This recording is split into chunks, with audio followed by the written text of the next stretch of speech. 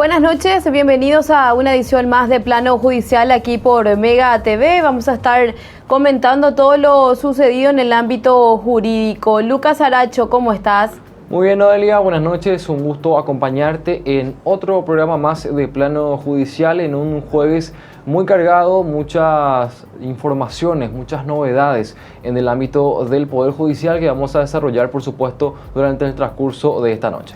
Arrancamos con el caso de A Ultranza PY, esta noticia que ya estábamos también comentando la semana pasada, tiene que ver con el piloto Diego José Cubas, quien ya tendría que estar en libertad por haber cumplido con una pena de 2 años y 6 meses. Él recibió justamente esta sentencia en un procedimiento abreviado. Sin embargo, hasta el momento eso no se puede dar e incluso se da nuevamente una resolución que sorprende un poco, Lucas. Asimismo, Noelia, se realizó nuevamente una audiencia ante la jueza de ejecución Sandra Kirchhofer, que revocó la libertad condicional de este hombre que fue condenado en un procedimiento abreviado 2 años, 6 meses, junto con el primer grupo de personas que ya tuvo una sentencia definitiva, por decirlo de una manera, en el marco del proceso abierto por este mega operativo A Ultranza PY.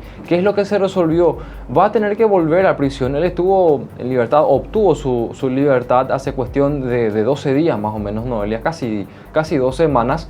¿Y qué es lo que ocurre ahora? Él volvió ya incluso a estar privado de su libertad en el departamento judiciales de la Policía Nacional desde ayer para estar privado de su libertad, para estar preso 48 horas, no, bastante particular suena esto, pero él va a tener que estar esa cantidad de tiempo para poder compurgar la totalidad de su pena, que él ya está cumpliendo, de hecho, con prisión preventiva desde hace bastante tiempo, y va a salir en libertad mañana, 27 de septiembre, de hecho ya hay también una resolución del mismo juzgado que ordena su libertad por compurgamiento de la pena ya en su totalidad, pero obviamente esto se va a efectuar mañana, 27 de septiembre, cuando transcurra la totalidad de este lapso temporal que el juzgado estableció en esta resolución que compartíamos recién. Claro, y eso es lo que de repente sorprende un poco. Yo no recuerdo si en otro caso se dio esta misma situación, Lucas, hablando de cumplir 2 días de lo que le queda de su pena en este caso y luego para obtener también la libertad.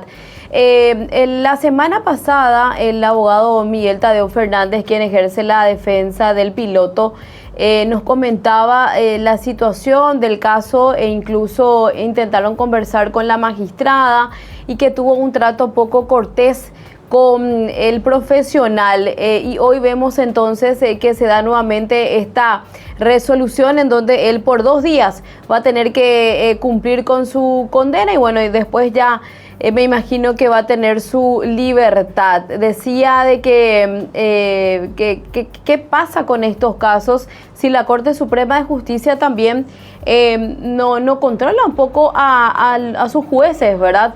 Así que vamos a ver qué pasa entonces también a partir de ahora. Lo cierto y lo concreto es que salió esta nueva resolución y en esta semana él ya va a tener que estar en libertad. Exactamente, mañana él va a tener que abandonar ya el departamento de judiciales de la Policía Nacional y ya va a estar totalmente desvinculado de este proceso porque obviamente él ya va a compurgar la totalidad de su pena. A ver, esta sanción, hay que decir un poco, también se extendió porque se tuvo por interrumpido el periodo entre 13 de este mes hasta el 25 de este mes, por supuesto también, por lo que se retomó el cómputo del plazo desde esta última fecha, que es el 25 de septiembre, motivo por el cual entonces él tuvo que volver. Y se había dado la particularidad, Noelia, de que él ya debía haber compurgado el domingo pasado la sanción y la magistrada le había establecido, digamos, un régimen de ciertas medidas que él iba a tener que cumplir hasta 2026, más o menos. Se había establecido, siendo que él ya iba a compurgar este año la totalidad. Claro, eso también llamaba la atención y ahora, bueno, estamos viendo una nueva resolución. Y cambiando de tema, tenemos que hablar también de la condena de exdirectivos, exfuncionarios de una asociación de funcionarios judiciales, porque la Sala Penal de la Corte Suprema de Justicia justamente lo que hizo aquí es dejar firme esta condena al rechazar lo que tiene que ver justamente con una casación, Lucas. Asimismo, Noelia, luego de bastante tiempo también se pudo ya definir el caso. La Corte lo que hizo fue no admitir un grupo de recursos extraordinarios de casación que plantearon las diferentes defensas de estos procesados. Estamos hablando de expresidentes de esta asociación de funcionarios judiciales que nuclea, por supuesto, a todo lo que tiene que ver con el sistema de justicia de los funcionarios que componen el sistema de justicia en nuestro país, desde el Poder Judicial, incluso Defensoría Pública, Ministerio Público, Justicia Electoral, inclusive. A ver, las penas más elevadas son las de 8 años para Celso Alvarenga, para Fabio Martínez y para María Gloria Escobar y Roberto Alfonso Gamarra. Estos dos primeros, Alvarenga y Martínez, fueron presidente y vicepresidente respectivamente de la Asociación de Funcionarios Judiciales, y ellos tuvieron mayor responsabilidad en este desvío, en este perjuicio patrimonial que se le ocasionó a esta asociación por 10.159 millones de guaraníes, que es el monto de la lesión de confianza, y sumado nuevamente a eso el monto de una estafa es de 2.500 millones de guaraníes. Son más de 2.000 socios de esta asociación que se vieron perjudicados por este caso, por este desvío, Noelia. Y si te parece, mencionamos inclusive también las personas que fueron condenadas, claro que sí, a 2 años de prisión, Noelia. Ahí te interrumpo un poco, Lucas. Con esto entonces ellos tienen que ir a prisión. Exactamente, sí. Esto ya queda firme, se tiene que realizar, digamos, los trámites de rigor. Esto tiene que ir a un juzgado de ejecución y demás para que estas personas, o al menos los 4 que fueron condenados a 8 años, puedan efectivamente cumplir esta sanción, Noelia.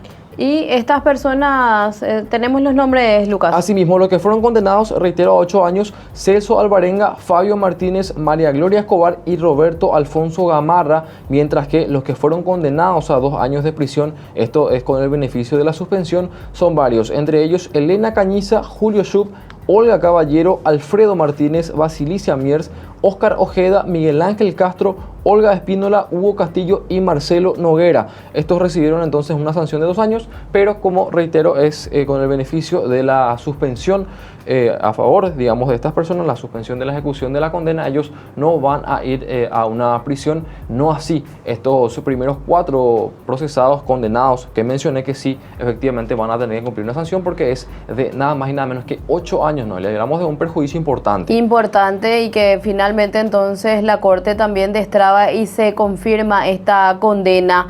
Hablando también del caso de Juan Villalba, ex titular de la PMT, recordemos que él está con una causa por supuesta violencia familiar. Él presentó el día de hoy también una acusación ante el jurado de enjuiciamiento de magistrados en contra del juez Osmar Legal, Lucas. Asimismo, él venía anunciando desde hace un par de días ya inclusive que iba a presentar, que iba a realizar esta presentación. La hizo finalmente esta mañana ante el jurado de enjuiciamiento de magistrados. Presentó esta acusación. Ven ustedes allí en imágenes lo que sería la resolución de la Cámara de Apelación, que había hecho lugar a un recurso que él planteó también. A ver, cómo, digamos, aparece esta acusación y el por qué se presenta este pedido de remoción del juez Osmar Legal ante el jurado de enjuiciamiento. Como ya decía Noelia, el ex director de la PMT, Juan Villalba, tiene un proceso por presunta violencia familiar. Se debía de realizar la audiencia preliminar hace cuestión de 2 o 3 semanas. Estaba interinando el juzgado el doctor Osmar Legal. Plantea un recurso de reposición Juan Villalba ante una convocatoria que se hizo a audiencia preliminar en un plazo de 3 días, cuando se debería de haber hecho pasado los 5 días, es lo que explicaba al menos él también, y la Cámara de Apelación. Ahí es que finalmente el juez Osmar Legal considera esa conducta como una conducta obstruccionista, dilatoria o chicanera, como se la quiera llamar, y ordena la prisión preventiva de Juan Villalba. Él estuvo privado de su libertad unos 10 días, Noelia. Él recurre este fallo de Osmar Legal ante la Cámara de Apelación, y la Cámara de Apelación lo que dice es: correspondía hacer lugar al recurso de reposición que planteó el acusado. Entonces lo que hizo fue revocar esta decisión de Osmar Legal. Se hizo una nueva audiencia de revisión para cumplir con ese fallo. Se hizo lugar al recurso que planteó Villalba y también se ordenó inclusive su libertad. Y eso es lo que cuestiona él, que un magistrado haya decretado de manera irregular su prisión preventiva, pese a que el recurso que se planteó era válido, Noelia. Así es, vamos a compartir sus declaraciones. Te pido primero que la admisibilidad, que se le dé el trámite de rigor y por ende la remoción. Corresponde, porque un magistrado no puede estar violando flagrantemente la ley como lo hizo este magistrado, en el que envía preso por 10 días a un abogado al solo efecto de haber presentado un recurso de reposición, cuyo recurso de reposición salió resuelto a mi favor y cuya apelación salió resuelta a mi favor, ¿verdad? En todo caso, si es que el magistrado sostenía o pensaba de que esta era una actitud dilatoria, hubiese aplicado las sanciones o el trámite de las sanciones disciplinarias que están estipuladas en el artículo 112 al 114. No hizo eso, no hizo ninguna de los otros trámites previstos en el código, y lo único que se limitó a hacer es revocar de oficio las medidas y enviarme preso 10 días, ¿verdad? Como supuestamente queriendo dar una actitud aleccionadora, con lo que hizo nada más y nada menos demostró un abuso de poder, y no podemos seguir teniendo magistrados en el Poder Judicial con estas características. Merece ser removido y que el Consejo de la Magistratura de hoy en más puedan tomar exámenes psicotécnicos a los magistrados que pretendan ingresar, a los efectos de que nunca más ocurra este tipo de abusos de poder dentro del Poder Judicial. ¿Cuál es el trámite a partir de ahora? ¿Cuándo se va a estudiar esto, doctor, en el jurado? Bueno, de acuerdo a lo conversado con la presidenta o con la señora presidente del Jurado de Enjuiciamiento de Magistrados, bueno, se va a estudiar la admisibilidad. Luego la admisibilidad se me va a dar la oportunidad para ser oído en el Jurado de Enjuiciamiento de Magistrados. Se le va a dar la oportunidad al denunciado, en este caso Omar Legala, que pueda ejercer su defensa. Luego los dictámenes de rigor, bueno, se decidirá si se le remueve o no, ¿verdad? Pero todas las pruebas conllevan a que la remoción está casi cantada. Hacemos una pausa, a la vuelta seguimos informando aquí en Plano Judicial.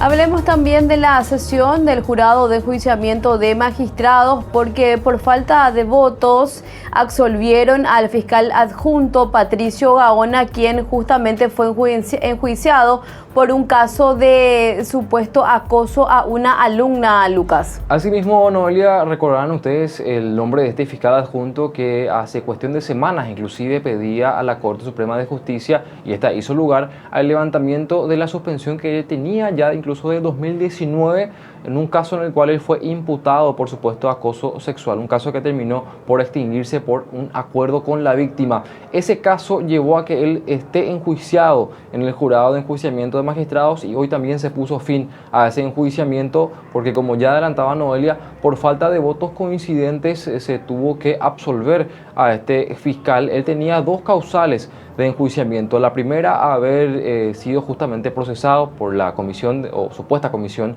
de un hecho punible, y también lo relacionado a, digamos, situaciones que afectan la investidura de su persona como agente del Ministerio Público, que era lo relacionado también a las denuncias de supuesto acoso sexual y coacción sexual. Inclusive se mencionaba. ¿Qué es lo que ocurrió? Hubo varias posiciones, las tres de hecho, por absolución, por la remoción y también por un apercibimiento.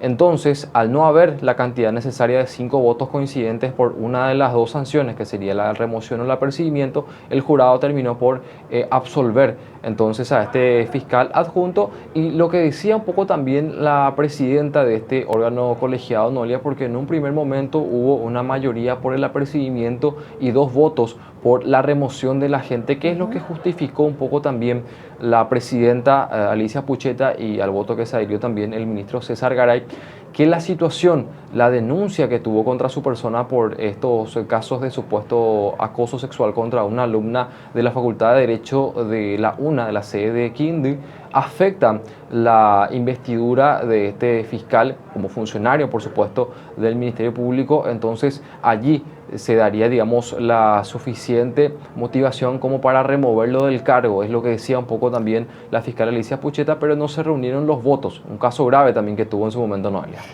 Solamente la presidenta y también el ministro César Garay Zucolillo entonces votaron por la remoción, pero no se tuvieron los votos necesarios y finalmente ni siquiera se le da un apercibimiento al fiscal adjunto Patricio Gaona. Vamos a compartir lo que se daba justamente en la sesión.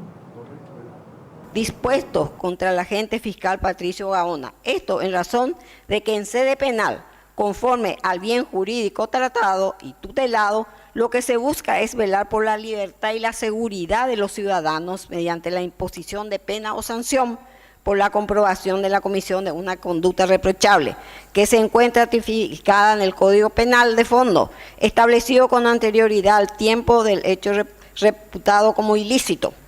Por otra parte, en la instancia del jurado, lo que se pretende es hacer efectiva la responsabilidad del magistrado o agente fiscal, separándolo del cargo en caso de incurrir en las causales de comisión de hechos punibles, decisión que se supedita obligatoriamente a la resolución definitiva adoptada en la jurisdicción penal y o de mal desempeño de funciones, en cuyo contexto se analizan conductas que, si bien son similares a los tipificados en el ámbito penal, como ya lo dije, ya lo referí, las pretensiones en ambas instancias no son las mismas.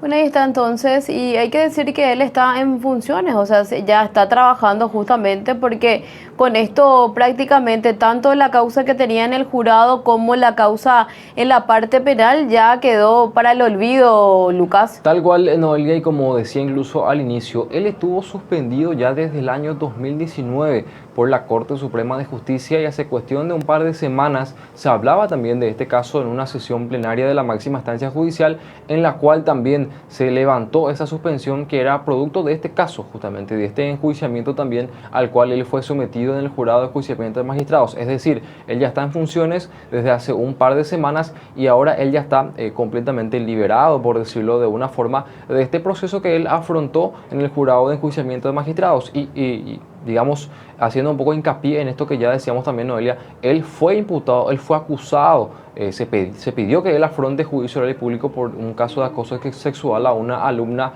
de la Facultad de Derecho de la UNA, de una de las sedes, de una de las filiales. Pero ¿qué es lo que ocurrió? Insistimos un poco también en esto. El caso fue extinguido, se declaró la extinción de la acción porque hubo un arreglo con la víctima.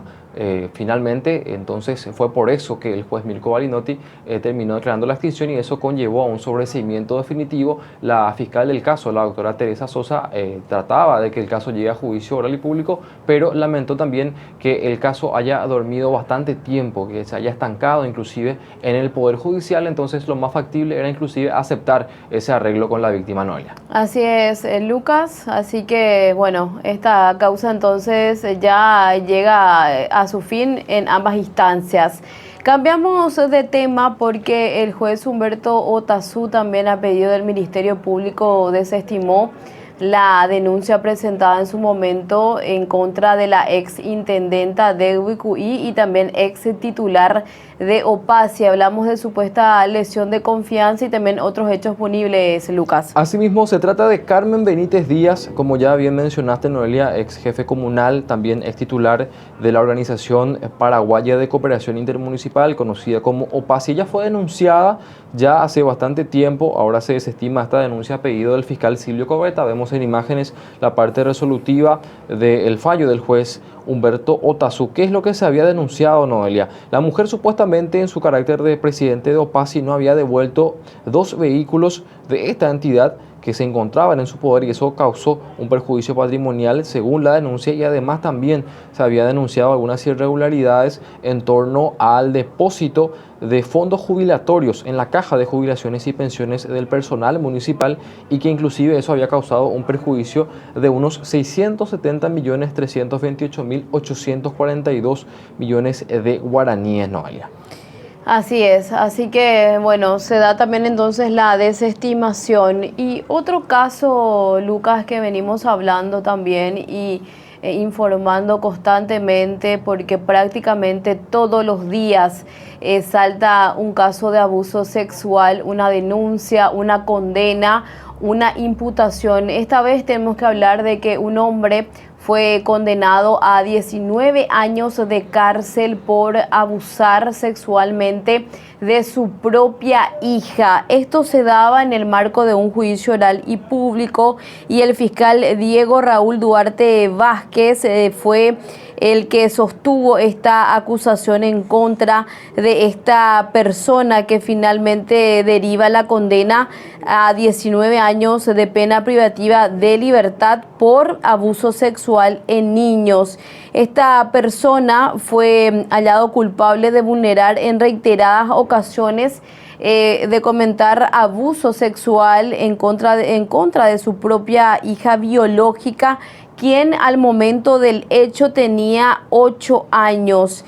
El representante del Ministerio Público pudo demostrar la responsabilidad del sentenciado a través de elementos probatorios expuestos ante el órgano juzgador. Los antecedentes del caso señalan que desde el 2018 la menor fue vulnerada por su padre. Estos episodios ocurrieron por un lapso de 4 años y en horas de la noche. El tribunal de sentencia estuvo presidido por la jueza Cintia Vega e integrado también por Cintia Mareco y Patricia Maidana. Situación justamente que preocupa bastante, Lucas. Estamos hablando de casos de abusos todos los días, y esta vez de una niña. En ese momento tenía nada más que 8 años. Es terrible, y evidentemente prevalece en las estadísticas lo que siempre se comenta, que este tipo de abuso se da principalmente en el entorno cercano de la víctima, en el entorno familiar, y esta vez nos toca hablar lastimosamente de que un propio padre abusaba de su hija. Él ya ahora está condenado a 19 años de cárcel, pero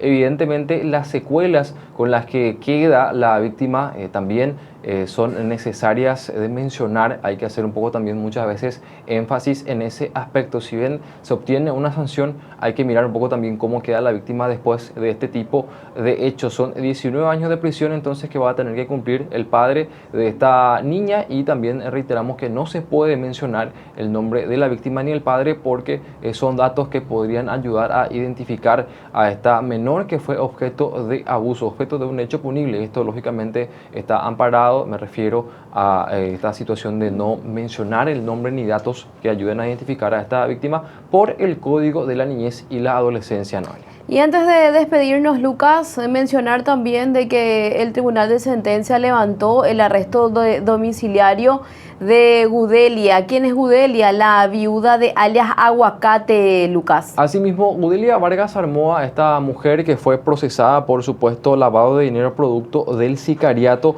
ya queda prácticamente en libertad. No le habíamos hablado nosotros en programas anteriores que la misma había trabado el inicio de su juicio oral y público recusando al Tribunal de Sentencia, y en esta oportunidad ya este propio Tribunal de Sentencia, que ya fue confirmado por la Cámara de Apelaciones, estamos hablando de las juezas Yolanda Morel, Karina Jazmín Cáceres y Ana de Jesús Rodríguez Brosón, dan entonces esta medida de libertad ambulatoria a esta mujer, levantan su arresto domiciliario, pero se hace la salvedad, Noelia, de que esto es con el apercibimiento de que si esta mujer no cumple con las reglas de conducta que tiene que cumplir, con las medidas que todavía le quedan impuestas, y no comparece a su juicio oral y público, va a ser obviamente utilizada la fuerza pública para poder ella ser llevada hasta los tribunales y comparecer para esta audiencia. Inclusive se menciona la posibilidad de que se vuelva a aplicar una medida de privación de libertad preventiva, lógicamente porque estamos hablando de que este caso todavía está para debatirse en un juicio oral y público. Y con esto nosotros nos despedimos, nos encontramos nuevamente mañana aquí por Mega TV. Buenas noches, Lucas. Buenas noches, Noelia, buen resto de jornada para todos.